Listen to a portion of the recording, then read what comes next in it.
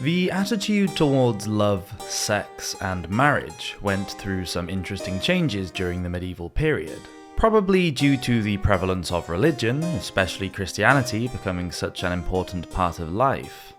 One impression that we often associate with medieval sexuality is that of complete repression. A world where a group of people, namely priests and other clerics who don't have sex, tell the people who are having sex how they should and shouldn't be having it, and even what their thoughts regarding sex should be. Now, as far as the church is concerned, all sexual thoughts and behaviour are sinful. Even those who are married are told that to enjoy the experience of sex is morally reprehensible, and the devil is always waiting to use sexual temptation to drag humanity down into a pit of damnation. Trapped by an overwhelming fear of committing sin, and with a total lack of understanding of one's own body, the poor medievals were punished by the church and shunned by society. The slightest slip in the expected moral standards may have made sex an abnormal part of medieval life. On the other hand, in opposition to this church-controlled, stricter moral code, there is a much bawdier image of life in the Middle Ages. One of noble lords keeping mistresses, monks and nuns engaging in clandestine liaisons, priests seducing their penitent parishioners, and peasants copulating behind the haystacks. A view that shows the medievals completely ignoring the church and its teachings, and dismissing them as hypocritical. Can you blame them? Let's travel back in time and get it on as we talk about sex during the Middle Ages. Welcome to Medieval Madness.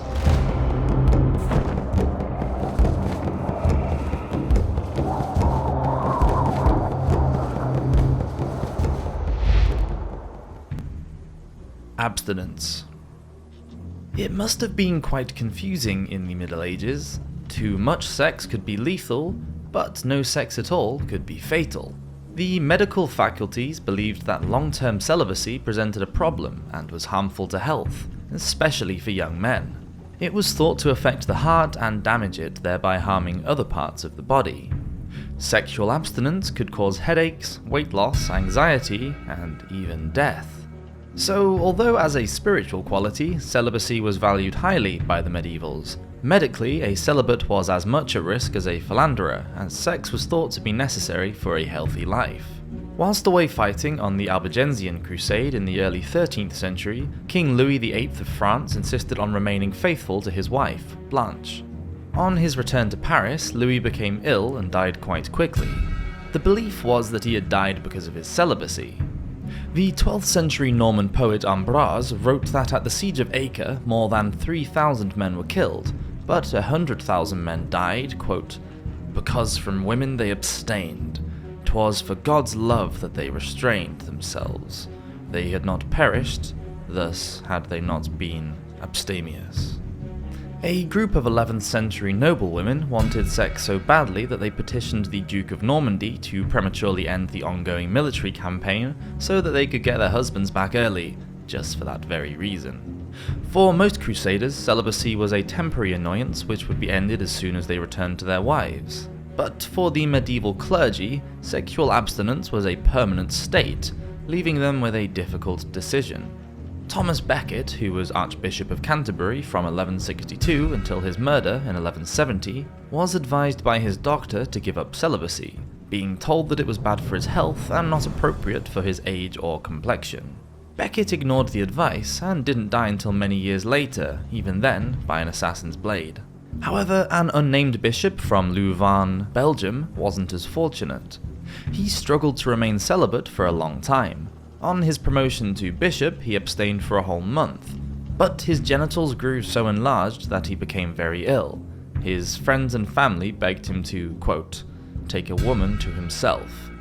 But he battled with the temptation. Unfortunately, he died within a few days. Humor-based medical theory prescribed that regular bleeding was necessary for those who practiced sexual abstinence as a way to balance the humors. Crying and sweating were also offered as alternatives to intercourse, so not much has changed. Medieval women were not invulnerable to illness because of celibacy either. The female seed that needed to be released during sex would build up within her body and cause the womb to suffocate. This produced a shortness of breath, fainting, and even death in serious cases. Of course, the best way to avoid this was to marry and have regular, church-endorsed, missionary position intercourse. Other remedies included a strict diet and vinegar suppositories. Shockingly, and in complete opposition to the church, some physicians did recommend the option of masturbation. Medieval penitentials, which were basically handbooks on how to best confess your sins, recognized masturbation as a great big fat sin. Penances were quite heavy, anywhere between 30 days and 2 years of fasting were a typical punishment. And there were degrees of sexual sin, such as masturbation, masturbation with a friend, with someone of the same sex, sex in the wrong position, sex with a horse, and sodomy, which was the worst sin of all. And who you were mattered as well. If you were unmarried and had sex with a goat, then that's not as bad as a sin as if you were married and had sex with a goat. Your age was significant too. Being young gave you a license to get away with a lot, as the church and its confessors recognized that an unmarried youth lacked another opening for their desires, so to speak. So, as I'm sure you're pleased to hear, dear viewer, in the hierarchy of sexual sins, masturbation came quite low down. In fact, medical opinion regarded masturbation as a kind of protective treatment for both sexes. But a word of warning, a lack of moderation is always evidence of a bad habit. Albertus Magnus, a 13th century Dominican cleric who was a prolific writer, related a tale of a very horny monk who suffered an unhappy fate. He desired a beautiful lady 70 times, or for lack of a better term, spanked the monkey before morning prayers, and sadly died. During the autopsy, his eyes were found to have been obliterated, and his brain had shriveled to the size of a pomegranate. In medieval life, his death reflected just how dangerous the sin of masturbation could be. Magnus also stated that regarding the desires of women, masturbating by using, quote, their fingers or other instruments, and by the heat of friction, the humour comes out, thus reducing a woman's craving for sex, thereby keeping her chaste. And later medieval texts suggested that stimulation could be done by either the patient herself or by a physician or midwife, if she wasn't married and her life was in danger, an excuse I'm sure they used a lot.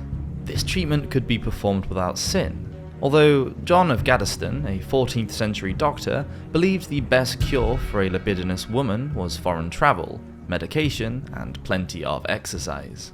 And women could get into trouble just for causing the arousal of a man, even within the bounds of marriage. The 11th century Burchard, Bishop of Worms in what is now Germany, wrote 20 books on canon law. In one, he states that women were not allowed to have bread dough kneaded into their nude buttocks. Apparently, then baking the bread and feeding it to their husbands caused the men to, quote, burn with love for them. Punishment for this strange sex act, which we can assume actually happened, was quite harsh, with penance lasting for 2 years. A knight in shining armour. The prevalence of knights and their chivalric behaviour caused the notion of love to also take on a new form in the Middle Ages. Only those who were completely submissive to their partner were able to experience this sort of perfect and completely unattainable love. This gallant champion idea gained popularity during the Middle Ages and produced a change in how medieval marriage was seen. The idea of courtly love began in the French courts of Provence, Aquitaine, and Burgundy in the late 11th century. But it was the major poets and authors of the time, such as Chaucer, Marie de France, and de Troyes, that popularized the idea that a true knight should be willing to do anything for the love and honor of his lady. These stories soon had the people believing that courtly love was the only path to true fulfillment. This kind of love didn't need to be based around marriage either, because it was more about love than sex.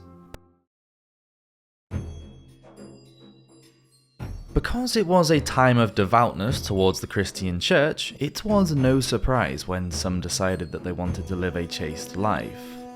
One woman who chose to take this path was Marguerite Kemp, who it is believed wrote the first autobiography in the English language. Marjorie was born in East Anglia, England, in the 14th century, and married her husband John when she was about 20. Known as a mystic, the extremely pious woman experienced multiple religious visions throughout her life. After giving birth to at least 14 children, Marjorie wished to take a vow of chastity, and can you blame her? In the summer of 1413, she discussed this with her husband as they were walking to the market one day.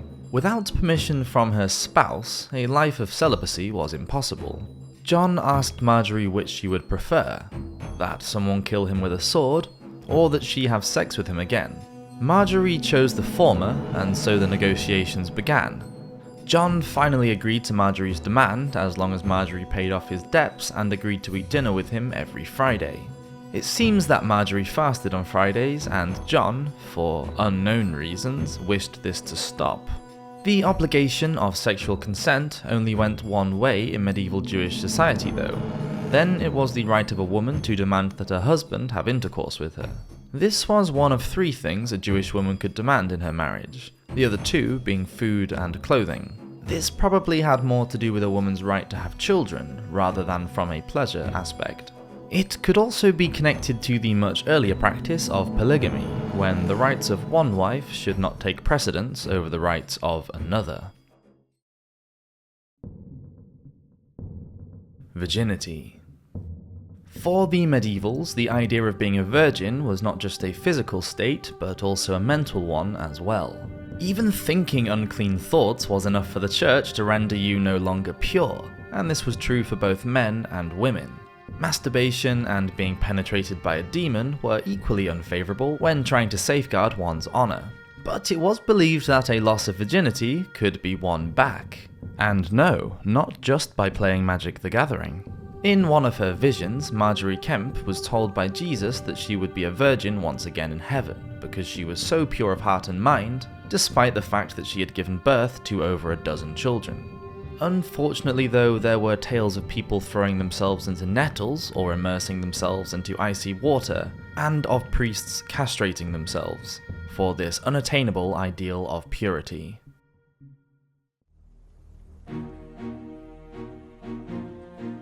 The things we do for love. Medieval ideas about contraception could be quite strange too. The withdrawal method was popular, as was jumping up and down immediately after the sex act, and also having the woman sneeze. But there are accounts of using mint around the genital area, and hanging a weasel's testicles around one's neck in the hope of avoiding a pregnancy. These attempts at contraception mean it is wrong to think that in the Middle Ages, every couple was happy to go about producing dozens of offspring. For many, attempts of contraception were put to use. Penis enlargement was also a thing, and solutions for this ranged from washing the member with warm sheep's milk to rubbing it with a mixture of chopped earthworms and jujube oil. And if all else failed, there was always the option of beating your penis with a stick. Apparently they all achieved the same result, whatever that might have been. Thank you so much for watching this episode of Medieval Madness. Please do subscribe and leave a comment if you enjoyed the content, and we'll see you next week for another video. Cheers!